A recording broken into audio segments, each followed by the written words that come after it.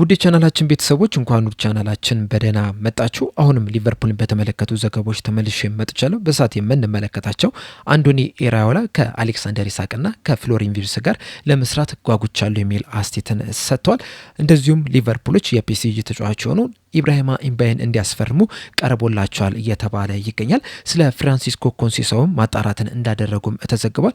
እንደዚሁም የቀድሞ የሊቨርፑል ተጫዋች የነበረው እንደዚሁም አምበል የነበረው ጆርዳን ሄንደርሰንም ቼልሲ ሊቀላቀል ተቃርቧል እየተባለ ይገኛል። እነዚህን በቆይታችን የምንመለከት ይሆናል። እናንተም እስከ መጨረሻው ደቂቃ ድረስ አብራችሁ ቆይታችሁ እንድትከታተሉ ያላችሁን ሀሳብ አስተያየትም ኮሜንት ሴክሽን ላይ በመጻፍ እንድታሳውቁኝ፣ ሰብስክራይብ፣ ላይክ፣ ሼር እያደረጋችሁም የቻናሉ ቤተሰብ እንድትሆኑ እንደዚሁም ዲስክሪፕሽን ላይና ኮሜንት ሴክሽን ላይ በሚገኙ ሊንኮችም ተጠቅማችሁ የኢንስታግራም እና የቴሌግራም ቻናላችንን እንድትቀላቀሉ በአክብሮት እጠይቃለሁ። አሁን በቀጥታ ወደ ዘገባው የምናመራ ይሆናል። አብራችሁን ቆዩ። በመጀመሪያም ጆርዳን ሄንደርሰንን ወደ ተመለከተው ዘገባ ነው የምናመራው።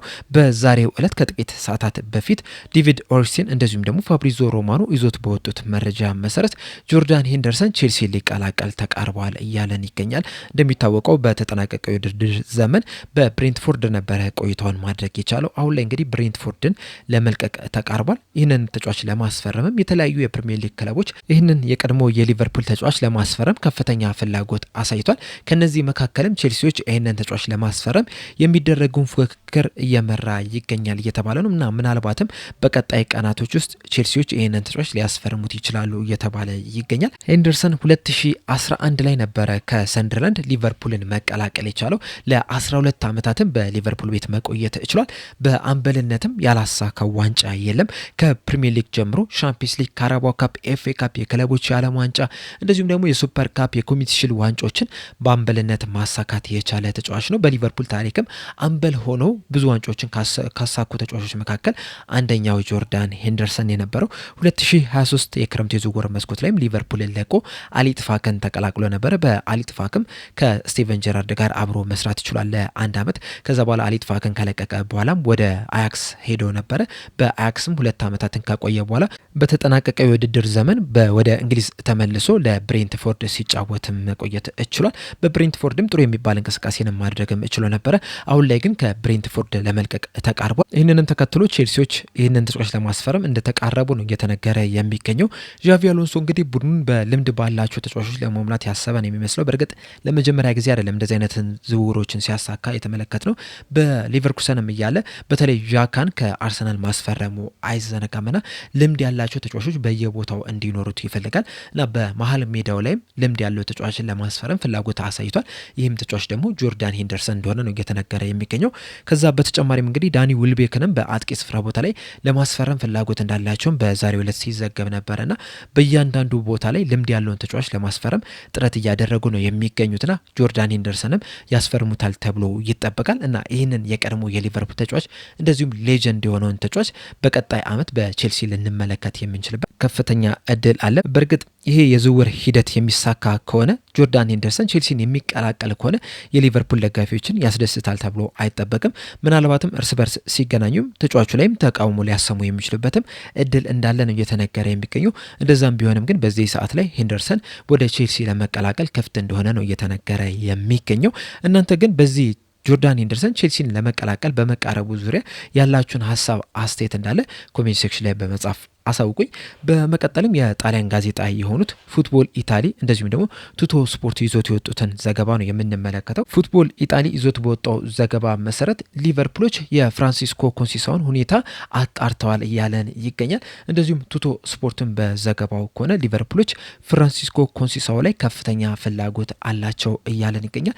ፍራንሲስኮ ኮንሴሳው እንግዲህ ላለፉት 2 ዓመታት በጁቬንቱስ ቤት ነው እየተጫወተ የሚገኘው።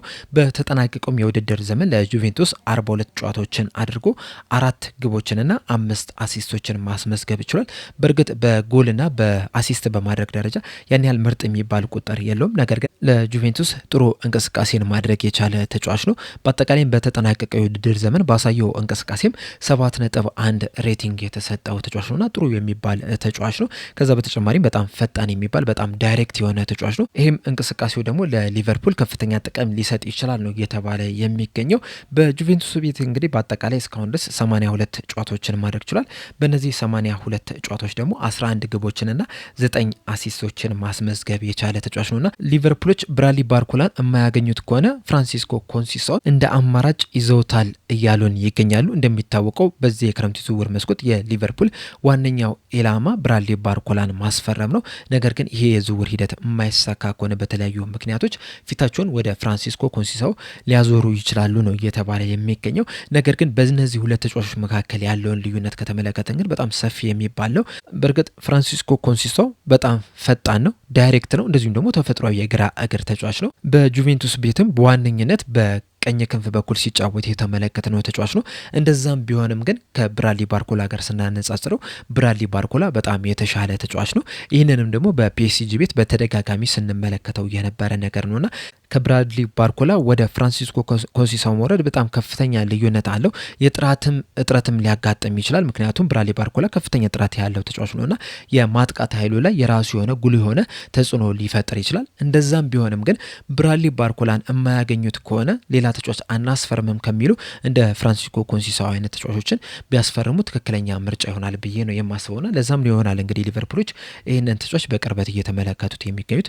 በእርግጥ ፍራንሲስኮ ኮንሲሳውን ብቻም አይደለም እየተመለከቱ የሚገኙት ሌሎች ተጫዋቾችንም እየተመለከቱ እንደሆነ እየተነገረ የሚገኘው። ምክንያቱም የብራድሊ ባርኮላ የዝውውር ሂደት ሊሳካም ይችላል ላይሳካም ይችላል። በተለይ ደግሞ የአንዲያ ሜንዴ ወደ ሪያል ማድሪድ ለማቅናት መቃረቡን ተከትሎ ምናልባትም ፒኤስጂዎች ይህንን ተጫዋች አንሸጥም ሊሉ የሚችሉበት እድል አለ። በእርግጥ አኩላችን ለማስፈረም እንደተቃረቡ ሲዘገብ ነበር። እንደዚሁም ደግሞ የባርሴሎና ተጫዋች የሆነው ቶሬዝ ላይም ፍላጎት እንዳላቸውም እየተነገረ ነው የሚገኙና ምናልባትም እነዚህን ሁለት ተጫዋቾች የሚያስፈርሙ ከሆነ እንደዚሁም ደግሞ ብራድሊ ባርኮላም ተጨማሪ ኮንትራት አልፈርምም በማለቱ ምክንያት ይህንን ተጫዋች በዚህ የክረምት የዝውውር መስኮት ሊለቁ የሚችሉበት እድል አለ። ነገር ግን ደግሞ በጣም ከፍተኛ ገንዘብ የሚጠይቁ ከሆነ ሊቨርፑሎች አናስፈርምም ብለው ሊተዉ የሚችሉበት እድል አለና በብዙ ምክንያቶች የዚህ ተጫዋች የማስፈረም ሂደት የሚስተጓጎል ከሆነ ሊቨርፑሎችም ብራድሊ ባርኮላን ማስፈረም የማይችሉ ከሆነ ሌሎች ተጫዋቾችን ያስፈርማሉ ተብሎ ይጠበቃል። ከነዚህ መካከል ደግሞ አንደኛው ፍራንሲስኮ ኮንሲሳው ሊሆን እንደሚችል ነው እየተነገረ የሚገኘው። ይህ ተጫዋች ለሊቨርፑል ይመጥናል ወይስ አይመጥንም የሚለውን ሀሳባችሁ እንዳለ ኮሜንት ሴክሽን ላይ በመጻፍ አሳውቁኝ። ሊቨርፑሎች ግን ይህንን ተጫዋች በቅርበት እየተመለከቱት ይገኛሉ። በመቀጠልም ቲም ቶክ ይዞት የወጣውን ዘገባ ነው የምንመለከተው። በዘገባው መሰረት የኢብራሂማ እምባዬ ተወካዮች ይህንን ተጫዋች እንዲያስፈርሙ ለሊቨርፑልና ለማንቸስተር ሲቲ አቅርበውታል እያለን ይገኛል። ይህ ተጫዋች እንግዲህ በፒኤስጂ ቤት ካሉ ተስፈኛ ወጣት ተጫዋቾች መካከል አንደኛው ነው። ገና 18 ዓመቱ ላይ ነው የሚገኘው። እንደዛም ቢሆንም ግን ለፒኤስጂ ጥሩ እንቅስቃሴን ማድረግ ይችላል።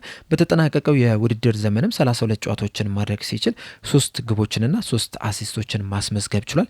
እንደዚሁም 6.8 ሬቲንግም የተሰጠው ተጫዋች ነው። በብዛት እንግዲህ በቋሚነት ሲጀምር የተመለከትነው ተጫዋች አይደለም። ነገር ግን ተቀይሮም እየገባም ጥሩ የሚባል እንቅስቃሴን ማድረግ ይችላል። በዓለም ዋንጫው ላይም ለሴኔጋል ብሔራዊ ቡድን ጥሩ እንቅስቃሴን ሲያደርግ የተመለከትነው ተጫዋች ነው። በተለይ ከፈረንሳይ ብሔራዊ ቡድን ጋር በተደረገው ጨዋታ ላይ ተቀይሮ ገብቶ 15 ደቂቆችን ብቻ ተጫውቶ አንድ ጎልን ለሴኔጋል ብሔራዊ ቡድን ሲያስቆጥር ተመልክተናል።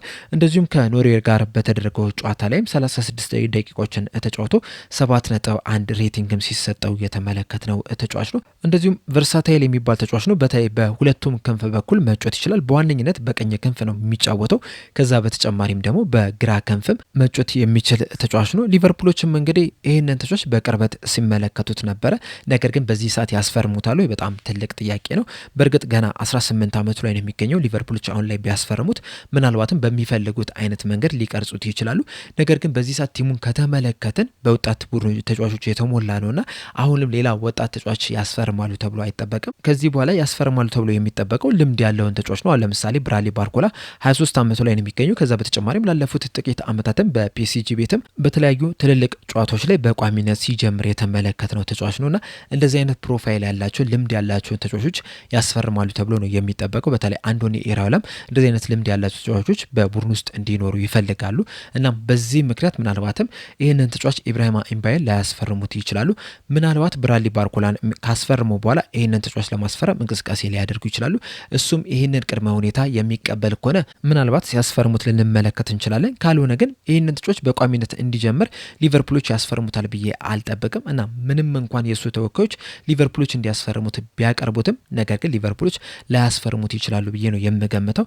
የእናንተን ሀሳብ ግምት እንዳለ ኮሜንት ሴክሽን ላይ በመጻፍ አሳውቁኝ። በመቀጠልም አንዶኒ ኢራኦላ የሰጡትን አስተያየት ነው የምንመለከተው። በዛሬው ዕለት አንፊልድ ራፕ ከተባለ የሊቨርፑል ደጋፊዎች የዩቲዩብ ቻናል ጋር ቆይታ አድርገው ነበረ። በዚህ ቆይታቸውም ከአሌክሳንደር ኢሳቅና ከፍሎሪያን ቪርትዝ ጋር አብሬ ለመስራት ጓጉቻለሁ የሚል አስተያየትን ሰጥቷል። በተጨማሪም በሰጠው አስተያየት የመጀመሪያ ከነዚህ ሁለት ተጫዋቾች ጋር የተገናኙትኝ በስልክ ነው የነበረው። በዛም ግንኙነታችን እንግዲህ ጥሩ የሚባል ንግግሮችን አድርገናል። እነሱም ሲዝኑን በጥሩ ሁኔታ ለመጀመር በጥሩ ብቃት ለመጀመር በቶሎ ለመጀመርም ከፍተኛ ፍላጎትን አሳይተው ነበረ።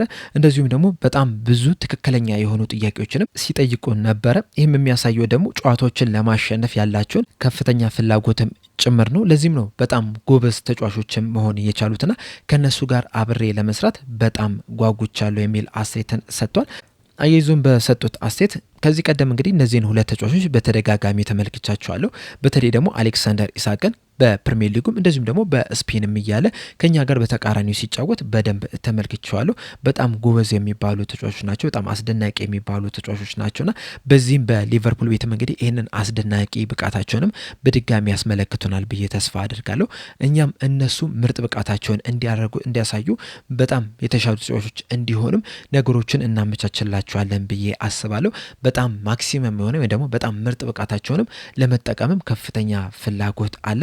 ያንን እንዲያሳኩ ደግሞ እኛም ከፍተኛ ጥረት እናደርጋለን የሚል አስተያየትን ሰጥቷል። በተጨማሪም አንዶኒ ኢራኦላ የበርንሞዝ አሰልጣኝ እያሉ ዶሚኒክ ሶላንጌ በጣም አስደናቂ የሚባል ፕሬሰር ነው የነበረውና በጣም ፕሬስ እያደረገ ነበር ሲጫወት የነበረው። እናም አሌክሳንደር ኢሳቅንም እንደዛ ፕሬስ እንዲያደርግ በማድረግ ዙሪያ በሰጡት አስተያየት አንዳንድ ጊዜ ሁሉም ነገሮች ጊዜ ይፈልጋሉ። በበርንሞዝ ቤትም ጊዜ አስፈልጎን ነበር። በእርግጥ ዶሚኒክ ሶላንኬ በጣም ጎበዝ ፕሬሰር ነው። ይህንን ደግሞ ከኛ ከመማሩ በፊት ራሱ በደንብ ሲተገበረው የነበረ ነገር ነው። በእርግጥ ከሱ ጋር አንድ ሲዝን ብቻ ነበረ የቆየ ነው። ነገር ግን ያ ሲዝን በጣም አስደናቂ ነው የነበረው። ጎሎችን ሲያስቆጥር ነበረ። እንደዚሁም የቡድኑንም ፕሬስም ሲመራ የነበረው እርሱ ነውና በጣም አስደናቂ ተጫዋች ነው የነበረው። እንደዛም ቢሆንም ግን አንዳንድ ጊዜ ስሞል ዲቴል ነገሮችን ታይሚንግን የምታስተካከል ከሆነ እንደዚሁም ከሌሎች ተጫዋቾች ጋርም አብረህ የምትሰራ ከሆነ የበለጠ ጎበዝ እንድትሆን ያደርጋል። አንዳንድ ጊዜ እንግዲህ በከፍተኛ ሁኔታ ፕሬስ ልናደርግ ነው፣ እንደዚሁም በከፍተኛ ሁኔታ ፕሬስ ሊያደርጉ ነው ብለው ሌሎች ሰዎችም ሊያሰቡ ይችላሉ። በጣም ብዙ ልንሮጥ ነው ብሎም ሊታሰብ ይችላል። ነገር ግን ደግሞ ስለ ሮጥክ ብቻ ፕሬስ እያደረግክ ነው ማለት አይደለም። ምክንያቱም ፕረስ በምታደርግበት ሰዓት በመጀመሪያ ደረጃ ኦርጋናይዝድ መሆን መቻል አለብህ። እንደ ቡድን ነው ፕረስ ማድረግ ያለብህ። ሁለተኛ ደግሞ ጊዜውን የጠበቀ መሆን መቻል አለበት። መቼ ነው ፕረስ ማድረግ ያለብኝ የሚለውን ማወቅ መቻል አለበት። ካልሆነ በተሳሳተ ሰዓት የምትወጣ ከሆነ በቀላሉ ያ ፕሬሲንግ ሊታለፍ ይችላል፣ በቀላሉም ጎል ሊቆጠርብህ ይችላል። እንደዚሁም ደግሞ ኦርጋናይዝድ የሆነ መሆን መቻል አለበት። ምክንያቱም አንዱ ብቻውን ተነጥሎ ፕረስ ሊያደርግ የሚሄድ ከሆነ ተጋጣሚ ቡድን ተጫዋቾች አንዱ ቢያንስ ፍሪ መሆን ይችላል። ያ ደግሞ የበለጠ ተጋላጭ እንድትሆን ያደርጋልና እነዚህን ነገሮች አስተካክለህ ነው ፕረስ ማድረግ መቻል ያለብህና ፕረስ እናድርግ ሲባል ዝም ብሎ ቀላል ወይም ተራ ነገር አይደለም። በጣም ከሚታሰቡም በላይ ኮምፕሊኬትድ የሆነ ነገር ነውና ይህንን ደግሞ በቡድን ውስጥ ለማስረጽ ከፈለግ ጊዜ ያስፈልጋልና ከቀን ወደ ቀን እየተሻሻለ ይመጣል የሚል አስተያየትን ሰጥቷል። በዚህ በሰጡት ሀሳብ አስተያየት ዙሪያ ግን ያላችሁን የእናንተን ሀሳብ አስተያየት እንዳለ ኮሜንት ሴክሽን ላይ በመጻፍ አሳውቁኝ። ለአሁን ግን እኔ እዚህ ላይ አበቃው። እስከ መጨረሻው ደቂቃ ስለተከታተላችሁን ከልብ አመሰግናለሁ። በቀጣይ በሌላ እስከምንገናኝ ድረስ ሰብስክራይብ፣ ላይክ፣ ሼር ማድረግ እንዳትረሱ። እንደዚሁም ደግሞ ቴሌግራም እና የኢንስታግራም ቻናላችንንም እንድትቀላቀሉ በአክብሮት እየጠየኩኝ እዚህ ላይ አበቃለሁ። ቸር ያቆየን።